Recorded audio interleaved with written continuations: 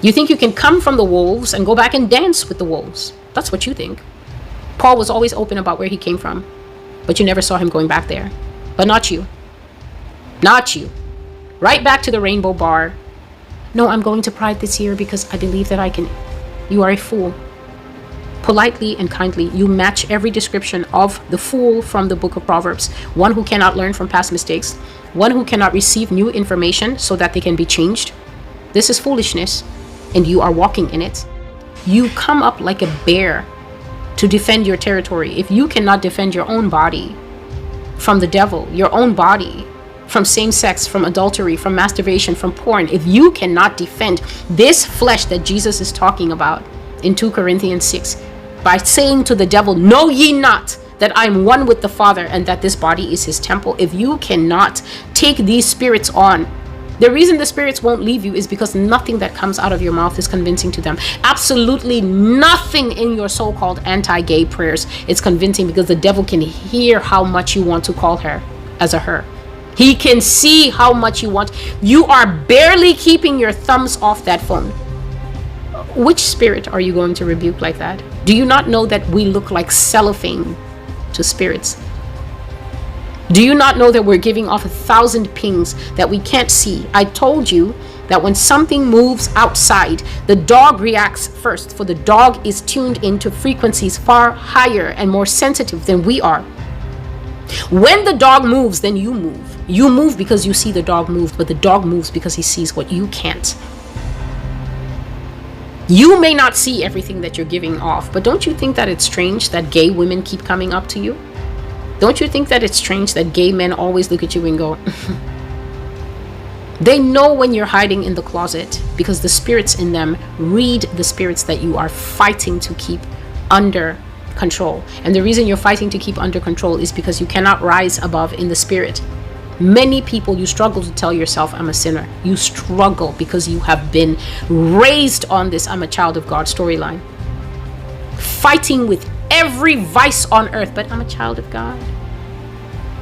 You struggle at the opening door, I am a sinner.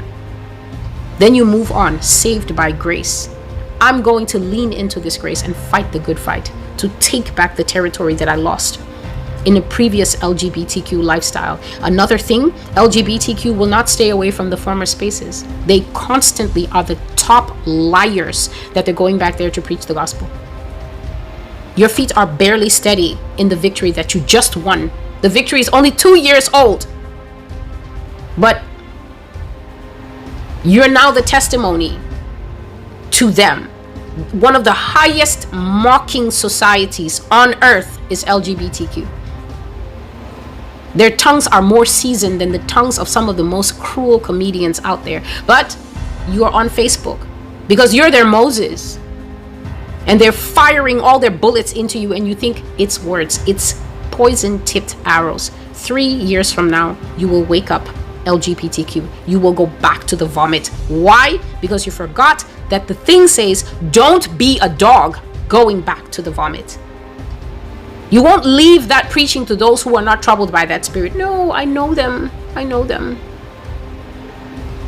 You chat with them, and that thing will just waft back to you one day when you're having a weak moment. There are many in LGBTQ, many in fornication who have practiced recidivism. You win the battle over the lust, you win the battle over the lying spirit, the gossiping spirit, fornication spirit, adultery, masturbation. You win the battle, and then you find yourself face down in the mud, and you don't know why, because you don't know how to cut ties.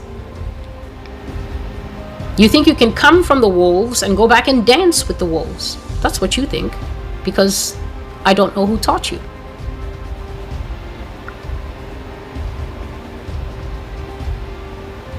Apostle Paul cut ties with the Pharisees, and he tried to preach to the Jews.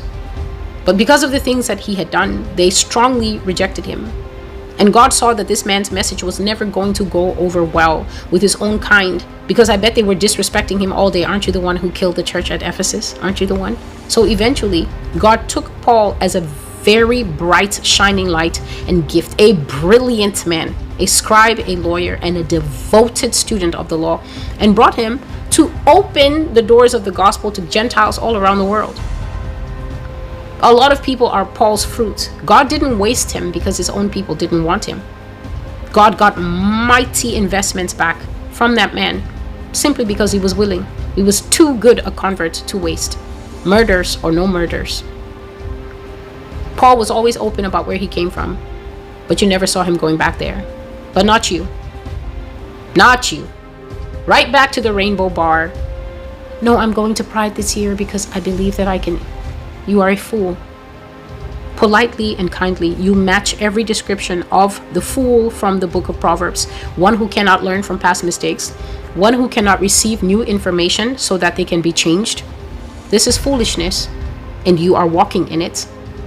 And then when you end up back in the mud pit, then we see the crocodile tear and the alligator tear. One for Texas and one for Florida, as you pretend not to know why you are back to your vomit. When you leave your vomit, don't leave back crumbs to the vomit. Hoover it up and shut the door. Hoover up that vomit, spray it with Lysol, and shut the door. You don't need to call them to see how they're doing. Pray for them at your house, and God will send new people to reach them. You bump into them and they'll be saved too. Nobody sent you there. You sent you there because you don't understand that those spirits are reluctant to let you go. Gay spirits will tell you that you are the gay Moses. You got free. How can you be so selfish to leave them there? But yet alcoholics, on the other hand, will leave their drunk friends. Druggies, on the other hand, will leave their drug friends and even move to another town to start over. They will fight with all that they have to leave the meth life, to leave that other life behind. The trans people who detransition will go and run to the normal people and the detransitioned people and stay there in their midst for safety. But somehow LGBTQ will never leave their old haunts and their old friends alone because they think they are strong enough to resist Satan when he comes with soft words. Not knowing that the soft words are to soften you up and then blindside you with a punch. And the next thing you know, you won't even wake up with one partner. You're waking up back at these group meetings that they have in that society. You hear the truth so you can understand what's going on. It's not just to prophesy and then you sit at home and the spirit is fighting you and you don't know what to do. You need to be told what to do so you can decide, are you coming out or is it vomit for dinner? You need to be told the way out. And that is to call it sin and to accept that it is sin. And therefore, you that practice it are a sinner. Now we move on. We have established who the characters are. The homosexual life is sin. You that practice it, you are a sinner. And now we're trying to find out what we're putting on that third plate. Is it vomit or grace? Is it vomit or grace? I'm talking to pastors here. They're here and they can hear me. Is it vomit or grace for you, sir? Are you coming out or are you sticking with the rainbow? Pride.